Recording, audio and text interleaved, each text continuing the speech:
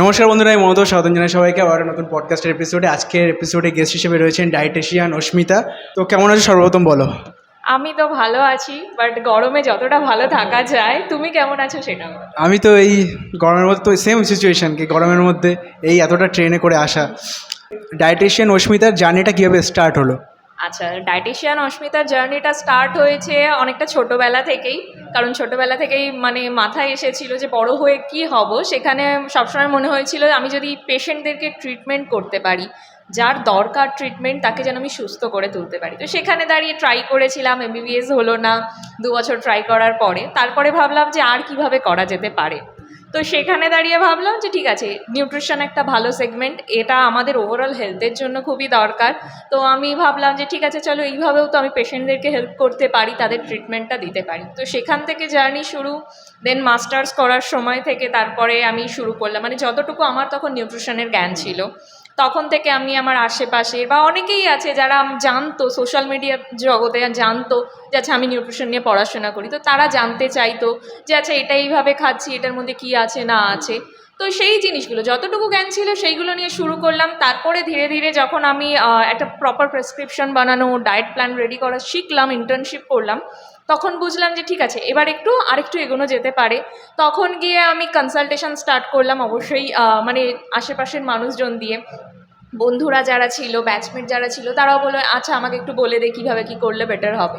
তো সেইটা দিয়ে আমার জার্নি স্টার্ট শুরু হলো। তারপরে বুঝলাম যে না, এটা ব্রডার অ্যাসপেক্টে খুবই দরকার। অনেক ইন্টেরিয়ারের মানুষজন আমার কাছে আসে বা অনলাইনে কনসালটেশন করে, যাদের মানে বেসিক নলেজটা নেই নিউট্রিশন নিয়ে।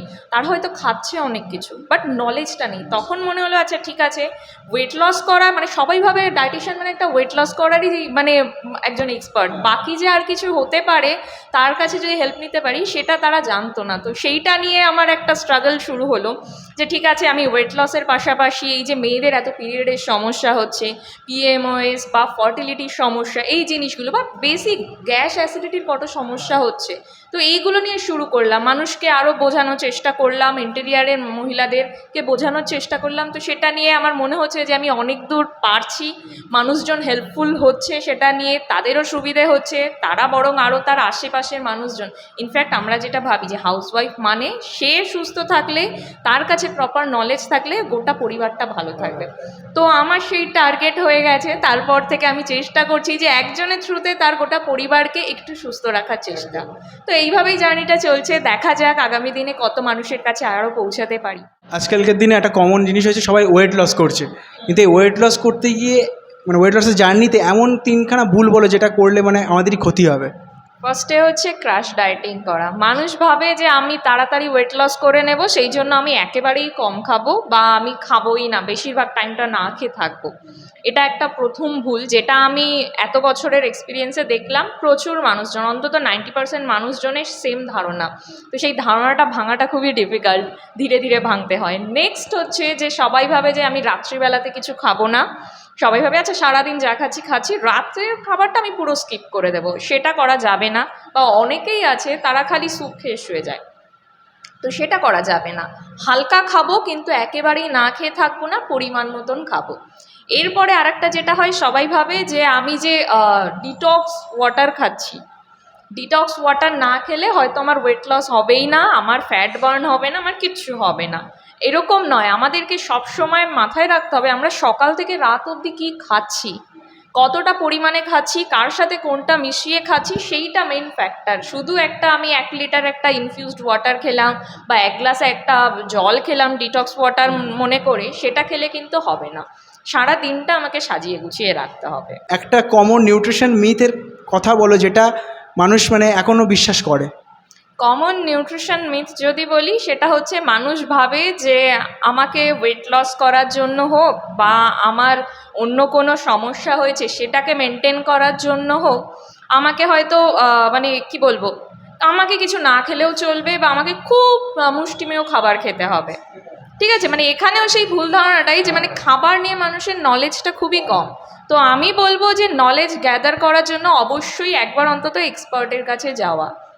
কারণ সকাল থেকে রাত অবধি আমাদেরকে পুরো ব্যালেন্স করে চলতে হবে। আমাদের প্লেটটা যেন একটা ব্যালেন্সড মিল হয়, হেলদি প্লেটটা। তার মধ্যে আমার কার্বোহাইড্রেটও থাকবে, তার মধ্যে আমার গুড কোয়ালিটি প্রোটিন থাকবে, আমার ফ্যাটের সোর্স থাকবে, আমার ফাইবার থাকলো, মানে আমার ভাত থাকলো বা রুটি থাকলো, শাক সবজি আমার বাড়িতে যেটা পসিবল আছে, আমার এলাকায় যা আছে সেটা থাকলো। তারপরে হচ্ছে আমাদের থাকতে হবে একটু ফ্যাট। ফ্যাট মানে বা আমরা প্রোটিনের সোর্স হিসাবে যদি ধরি তাহলে জানি যে আমরা মাছ মাংস ডিমে পাওয়া যায়। তো আমরা মাছ মাংস ডিম পনির যার বাড়িতে যেটা হচ্ছে যেদিন আমরা সেইটা রাখবো। তাছাড়া একটু আমাদের গাট হেলথ বা আমাদের পেটটাকে ভালো রাখার জন্য একটু যদি আমরা টক দই রায়তা এগুলো রাখতে পারি।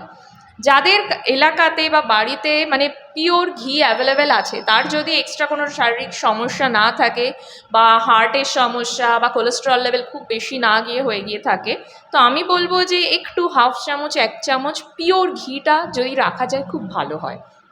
তো সেটা পার্সন টু পার্সন ভ্যারি করছে। তো এইখানেও এই পার্সন টু পার্সনের মধ্যে মানুষ ভাবে সোশ্যাল মিডিয়াতে যা অ্যাভেলেবেল আছে, যা যে ডক্টর যে ডায়েটিশিয়ান যা বলছে সব কিছুই সে নিজের ওপরে অ্যাপ্লাই করার চেষ্টা করে। কিন্তু আমাদেরকে মনে রাখতে হবে তুমি আমি আমরা ডিফারেন্ট মানুষ, আমাদের বডির গঠন আলাদা, আমাদের বডির ভেতরের মেকানিজম আলাদা। আমার হয়তো ফ্যাট পার্সেন্টেজ বেশি আছে, তোমার হয়তো ওয়াটার পার্সেন্টেজ বেশি আছে। তো এই জিনিসগুলো মাথায় রাখতে হবে। দুজনেরই জেনেটিক্সের ব্যাপারটা আলাদা, আমাদের পাস্ট মেডিকেল হিস্ট্রি বা আমার ফ্যামিলির মেডিকেল হিস্ট্রি এই জিনিসগুলো আলাদা। তো সবটা বুঝে শুনে জেনে নিয়ে তারপরে আমাদেরকে রেডি করতে হয়। আর মানুষভাবে ইন জেনারেল যেটা বলা হচ্ছে আমি সব কিছু অ্যাপ্লাই করব, তো সেই জন্য সব কিছু অ্যাপ্লাই না করে নিজের শরীরের জন্য যেটা দরকার সেটা একবার বুঝে নেওয়া। কারণ এই যে ভিডিওসগুলো আসে বা রিলসগুলো আসে এগুলো হচ্ছে তাদেরকে অ্যাওয়ারনেস দেওয়ার জন্য যে আচ্ছা এই এই সমস্যাগুলো হচ্ছে, তার মানে সে নিজের সাথে রিলেট করবে যে আচ্ছা আমারও এই এই সমস্যাগুলো হয়, তাহলে আমাকে হেল্প চাইতে যেতে হবে, বা এই এই খাবারগুলো খেলে একটু ব্যালেন্স করা যায়। ঠিক আছে, তুমি এটা করতে পারো যে তুমি 1 সপ্তাহ 10 দিন সেগুলো দেখে ট্রাই করো, বাট সব কিছু একসাথে নয়। ট্রাই করো অল্প অল্প করে, তাহলে তুমি বুঝতে পারবে আদৌ ওই খাবারগুলো স্যুট করছে কি করছে না। দেন একটু এক্সপেরিমেন্ট করে নিয়ে অবশ্যই তুমি ডক্টর বা ডায়েটিশিয়ান যে সমস্যা হচ্ছে তার জন্য যেতে হবে। কিন্তু ওইভাবে আমি সব অ্যাপ্লাই করলাম, এটা করা উচিত না। মানে সবচেয়ে আগে এটা বুঝতে হবে যে আমার শরীরে কোনটা অ্যাবিলিটি আছে। হ্যাঁ, এবার মানে অন্য একজন ওইটা করছে বলে সেম টু সেম আমার হতে হবে এটা কোনো নেই। পিসিওএস, পিএমওএস, ফার্টিলিটি, নিউট্রিশন, এই বিষয়গুলোর মধ্যে আসল সম্পর্কটা কী? আচ্ছা, আসল সম্পর্ক নিউট্রিশন যদি বলি, নিউট্রিশন কিন্তু আমাদের প্রত্যেকের দরকার। আমাদের ওভারঅল হেলথের ইমপ্রুভমেন্টের জন্য আমাদের প্রত্যেকটা মানুষেরই নিউট্রিশন দরকার। মানে হচ্ছে ঠিকঠাকভাবে আমাদের খাওয়া দাওয়াটা করা আর আমাদের লাইফস্টাইলটাকে ঠিকঠাকভাবে মেনটেন করা। ঠিক আছে, তো এইবার আসি পিসিওএস বা ফার্টিলিটির কথায়। পিসিওএস হচ্ছে পলিসিস্টিক ওভারিয়ান সিনড্রোম। এবার এই জিনিসটাতে কি হয় যে ওভারিজে আমাদের সিস্ট ধরা পড়ে, তার সাথে হরমোনাল ইমব্যালেন্সও হয়। ঠিক আছে, তো সেই হরমোনাল ইমব্যালেন্স হচ্ছে আমার ওভারিতে সিস্ট ধরা পড়ছে বা আমার পিরিয়ড ইরেগুলার হয়ে যাচ্ছে, অ্যান্ড্রোজেন লেভেল বা মেল হরমোনস যেগুলো থাকে সেগুলোর মাত্রা মেয়েদের শরীরে বেড়ে যাচ্ছে, তার জন্য নানা রকম সমস্যা হচ্ছে। মানে একটা টোটাল ডিসব্যালেন্স হয়ে যাচ্ছে হরমোনের। হরমোনের ডিসব্যালেন্স হওয়া মানে আমার বাকি হরমোনসগুলো বডিতে, ধরো আমার থাইরয়েড রয়েছে বা ইনসুলিন হরমোন, এই হরমোনগুলো ঠিকঠাকভাবে কাজ করছে না। অনেক ক্ষেত্রে দেখা যায় স্ট্রেসের জন্য বা ঘুম ঠিক করে হচ্ছে না বলে কর্টিসল লেভেল বেড়ে যাচ্ছে। তার মানে কী হলো, আমার টোটাল বডিতেই একটা ডিস্টারবেন্স ক্রিয়েট হলো। তো সেইটা যখন হয় আমাদের আলটিমেটলি গিয়ে গাইনোকোলজিক্যাল হেলথে চাপ পড়ছে, আমাদের অনেকেরই আলটিমেটলি গিয়ে দেখা যায় যে একটু প্রেগনেন্সি আসতে সমস্যা হচ্ছে। তো সেই ক্ষেত্রে মানুষ ভয় পেয়ে যায়, স্পেশালি এই পিএমওএস এর পেশেন্ট যারা থাকে তারা ভয় পেয়ে যায় যে তারা প্রেগনেন্সিটা আনতে পারবে কি না হেলদি ওয়েতে বা ন্যাচারালি। তো সেই জন্য আমি বলবো যাদের এই পিসিওএস ধরা পড়ছে বা পিএমওএস ধরা পড়ছে অবশ্যই শুরু থেকে একটু ডায়েটিশিয়ানের কনসালটেশনে থাকা বা তার গাইডেন্সে থাকা, কারণ এটা কিন্তু ডায়েট আর লাইফস্টাইলের মাধ্যমে ম্যানেজ করা পসিবল। এইবার আসি ফার্টিলিটির দিকে। ফার্টিলিটি মানে কি দাঁড়ালো, সেখানেও আমার হরমোনের ব্যাপার রয়েছে। আমার যদি শুরু থেকে একটা হরমোনের ইমব্যালেন্স থাকে বা পিরিয়ডিক সাইকেল বা মেনস্ট্রুয়াল সাইকেল ঠিক না থাকে, তার মানে সেটা একটু হলেও আমার ফার্টিলিটিকে এফেক্ট করতে পারে। তো সেখানেও আমার নিউট্রিশন দরকার। আর ফার্টিলিটি মানে আমি এটা বলতে চাইছি যে শুধু ফিমেল ফার্টিলিটি নয়, মেল ফার্টিলিটিটাও কিন্তু এখানে ম্যাটার করে। সবাই ভাবে যে সব কিছুর জন্য একজন মহিলাই দায়ী প্রেগনেন্সি আসার জন্য, বাট না, সেখানে ফিমেলের সাথে মেল ফার্টিলিটিটাও ম্যাটার করে। তো দুইজনের আমি বলবো যে কাপল কাউন্সিলিংয়ে যাওয়া উচিত, ডক্টরের কাছে, ডায়েটিশিয়ানের কাছেও। কারণ দুজনেরই একটা মানে এগ কোয়ালিটি প্লাস হচ্ছে স্পার্ম কোয়ালিটি দুটোকেই একটু মেনটেন করতে হবে। তো সেক্ষেত্রে আমি বলবো যে মহিলাদের জন্য অবশ্যই কনসিভ করার আগে অ্যাটলিস্ট 3 মাস আগে থেকে প্রিপারেশন নেওয়া, নিজের লাইফস্টাইলটাকে চেঞ্জ করা, কেউ যদি স্মোক করছে বা কারোর অ্যালকোহল ইনটেক হয়ে থাকে সেগুলোকে লিমিট করে বা অ্যাভয়েড করা। নেক্সট আসি হচ্ছে সারাদিনের একটা প্রপার ডায়েট ফলো করা, প্রপার পরিমাণে জল খাওয়া, good quality fat omega 3 omega 6 এগুলোকে রাখা। সেগুলো আমাদের এই যত ধরনের আমরা বীজ জানি মানে সিডস যেগুলো সব সিডসে পাওয়া যায়, যত ধরনের বাদাম আছে বাদামে পাওয়া যায়। আমাদেরকে ফাইবারটাও রাখতে হবে, প্রোটিনও রাখতে হবে যাতে আয়রন ফোলেটের ডেফিসিয়েন্সি না হয়। গুড কোয়ালিটি আমাদের যে সব শাকসবজি রয়েছে সেগুলোকেও রাখতে হবে। তো প্রত্যেকটা জিনিস ম্যাটার করছে, তো সেই জিনিসগুলোকে আমাদেরকে রাখতে হবে, তাহলে একটা ব্যালেন্স ডায়েট ফলো করা যাবে। তারই সাথে লাইফস্টাইল, ঘুমটা প্রপার দরকার, নিজের ওয়ার্ক লাইফ নিজের পার্সোনাল লাইফ ব্যালেন্স করা, ফ্যামিলি লাইফ ব্যালেন্স করা, তো এই জিনিসগুলো খুবই দরকার। তো মানে একটু আমাকে ব্যালেন্স করে চলতে পারলে মানে আমার লাইফস্টাইলটা বেটার হবে, আমার হেলথও বেটার হবে। একদম একদম। তো এই জন্য আমি বলবো যে প্রত্যেকটা জিনিসই রিলেটেড, মানে প্রত্যেকটাই হচ্ছে আমার হরমোনের সাথে রিলেটেড। তার মানে আমার পিএমওএস আমার ফার্টিলিটি দুটোই হরমোনের সাথে রিলেটেড। তো আমি যদি সেটা আমার ডায়েটটাকে ঠিক করি, আমার নিউট্রিশন যা যা যেখানে ডেফিসিয়েন্সি হচ্ছে সেগুলোকে কারেক্ট করে নিই, তার সাথে যদি আমার কোনো মেডিকেশন দরকার হয় তার জন্য ডক্টরের হেল্প নিই, আমার মনে হয় যে অনেকটাই ভালো থাকা যাবে আর হেলদি প্রেগনেন্সিও আসবে। আর তারই সাথে সবাই বলে যে আচ্ছা আমি তো ওয়ার্কআউট করার টাইম পাই না, সিম্পলি বাড়িতে হাঁটো, বাড়িতে হাঁটো, নিজের বাড়ির সিঁড়ি ভাঙো, ফ্ল্যাটে থাকো ফ্ল্যাটের সিঁড়িটা ভাঙো, সিম্পলি বাড়িতে হাঁটো, নিজের ঘরের মধ্যে হাঁটো। তারপরে পারলে একটু মেডিটেশন করো, একটু পারলে প্রাণায়াম করো, এই ছোট্ট ছোট্ট জিনিসগুলো। আর একটা জিনিস ভিটামিন ডি, যেটা খুবই দরকার আমাদের গাইনোকোলজিক্যাল হেলথের জন্য, খুবই দরকার। তো সেই জন্য সকাল 8টার মধ্যে যে রোদটা পাওয়া যায় একটু পারলে নিজের গায়ে লাগানো, ব্যাস এইটুকু ছোট্ট ছোট্ট জিনিস করা। আর চিট মিল যেটা হয়, চিট ডে না বানিয়ে পুরো চিট মিল রাখা। এমন নয় যে আমি আমার খাবারটাকে সব বাদ দিয়ে দেবো পছন্দের খাবার, চিট মিলের কনসেপ্টটাও রাখা, ভালো খাবারও খাবো, খারাপ খাবার অর্থাৎ জাঙ্ক ফুড ফ্যাটি ফুড সেটাও রাখবো, কিন্তু ব্যালেন্স করে চলতে হবে। ডায়েটে থাকা মানে বা আমার কোনো একটা সমস্যা হচ্ছে তার জন্য আমি একটা ডায়েট ফলো করবো মানে যে আমার সব সোশ্যাল লাইফ চলে যাবে বা আমি ঘুরতে যেতে পারবো না, এমন নয়। আমাদেরকে ব্যালেন্স করে চলতে হবে, তো এটাই বলার। একটা নিউট্রিশন অ্যাডভাইস দাও মানে যেটা লাইফ টাইমের জন্য ওয়ার্ক করবে। একটা নিউট্রিশন অ্যাডভাইস সেটা হচ্ছে যে আমাদেরকে মাথায় রাখতে হবে যে আমার বডি কতটা পারছে, আমার বডির কি নিডস আছে, আমার বডিতে কি সমস্যা আছে, এই জিনিসগুলো বুঝতে হবে।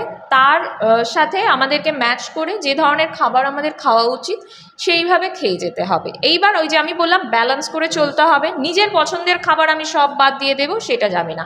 এমনভাবে নিজের সারাদিনের প্ল্যানটাকে সেট করতে হবে বা সব মিলগুলোকে সেট করতে হবে যেটা লং টার্মে কন্টিনিউ করা যাবে। এমন নয় যে আমি 1 মাস করতে পারলাম তারপরে হাল ছেড়ে দিলাম, যেটা আমি বছরের পর বছর অন্তত করে যেতে পারবো আমার সেভাবে কোনো শারীরিক সমস্যা না থাকলে। সেইভাবে তারই সাথে আমাদের লাইফস্টাইলটাকে সেইভাবে ফলো করতে হবে, বেসিক জিনিসগুলো যেটুকু জিনিস আমি করতে পারবো লং টার্মে সেইভাবে আমাদেরকে চলতে হবে।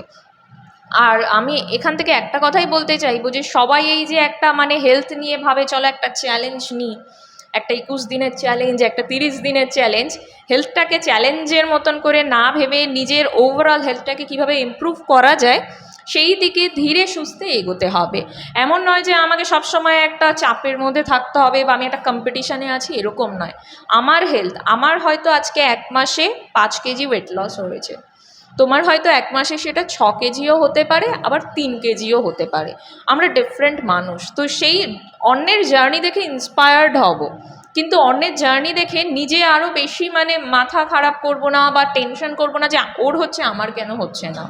সবাই আমরা ডিফারেন্ট মানুষ, সবার ডিফারেন্ট ডিফারেন্ট সমস্যা আছে। তো সেইভাবে মাথায় রাখতে হবে যে অন্যেরটা দেখে ইন্সপায়ার্ড হব আর ফোকাস রাখবো ওভারঅল হেলথের ইমপ্রুভমেন্টে, ব্যাস তাহলেই আর কোনো অসুবিধা হবে না। তো আজকের এই ভিডিওতে অনেক কিছু হেলথ সম্বন্ধে জানলাম। একটাই কথা বলবো যেটা আমি বুঝলাম, যে ভালো একটা হেলথের জন্য সঠিক খাবার লাগবে, বেশি খাবো না কমও খাবো না, একদম মেনে চলতে হবে। অ্যান্ড কে কী বলছে যে এইটা খেলে এইটা হবে, ওইটা খেলে খারাপ হবে, এইসব দরকার নেই। একটা ভালো নিউট্রিশনিস্ট দেখে, ভালো ডক্টরের সাথে কনসালটেট করে তোমরা একটা ভালো দেখে অ্যাডভাইস নিয়ে চলো, তাহলে অনেক একটা ভালো হেলথ পাবে।